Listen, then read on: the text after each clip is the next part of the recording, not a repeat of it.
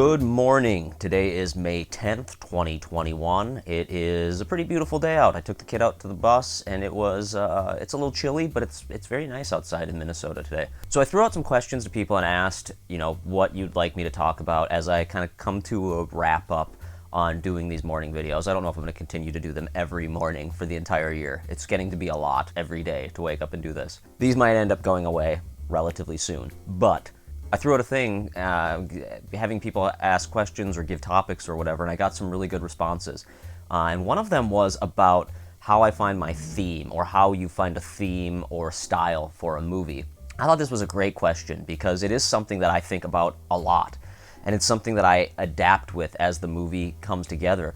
But like with The Good Exorcist, it really all started with I put that poster together. My theme and style for that movie was born like the instant I started thinking about how can I do this for $7,000. And in a video later this week, I'll break down the budget. But when I made The Good Exorcist, I was given $7,000 by Robert Rodriguez and El Rey Network to make this movie. And I knew I wasn't going to have a lot of money, and I knew it was going to be a very inexpensive movie. It had to be, based on the necessity of what it was. So going into it, I started thinking about what objects can I use? What do I have at my disposal? And that worked itself instantly into the theme. It made me go, okay, this is a DIY film. This is a very grab what I got, throw it in a duffel bag, and go make a movie using it. And that, to me, was sort of the inspiration for the whole vibe of that movie, what it was, what it became. And without having taken that photo of the poster has like a bunch of different objects on it, like just random items I had laying around the house that to me were like, these are things you could bring to an exorcism. I used those, and the whole movie has a very DIY, fly by the seat of your pants, grab whatever you have and just put it in the movie feel to it, based on the necessity, but also the choice of, okay, let's just pick items and start building off of that. With Greywood's plot, the whole movie was based on this idea I had in my brain of Daniel turning me into a monster, a Spider-Man originally, but it became a Dogman as the movie progressed. And so that movie's theme was very much based in this world of what would my B movie be? Like, what is my take on the B movie? And so it wasn't originally intended to be black and white. That's something that came later, but that style came from watching the footage we had filmed, thinking about it, and hyper-analyzing, why am I making this movie and what is it? And when I realized that it was kind of my take on the Ed Wood movie, or just the B monster movie, the old Universal monster movie, is just what kind of creature can I create? One of the things I do when I first make a movie is I write down 5 things that I can always go back to about this movie. What are 5 words that I can associate with this movie? And those 5 words always come in handy. With Scumbag, when I start to get lost on what that movie is, I go back to those 5 words, that theme, and it helps pull it together. And Scumbag is the movie I'm making right now by myself in my basement, so when I look at it and I'm like, man, I am really struggling to film today, and I look at those words and I see loneliness is one of the words, I can instantly go, oh, yes, that's right. While I am lonely doing this and it sucks making a movie by myself, that is what the movie is. That's one of the themes. So let's keep going. Let's keep kicking ass on it, because it gives me that motivation and that drive. Actually thinking about the theme is part of what makes that movie fun to create.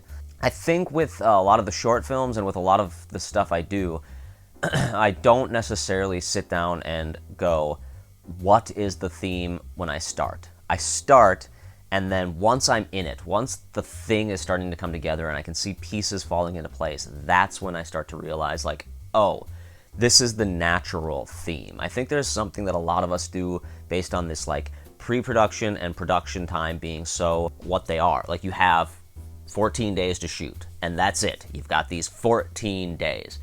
And so you're trying to think about what is the theme before you even start. But I think there's a theme and a style that come with the way something is filmed.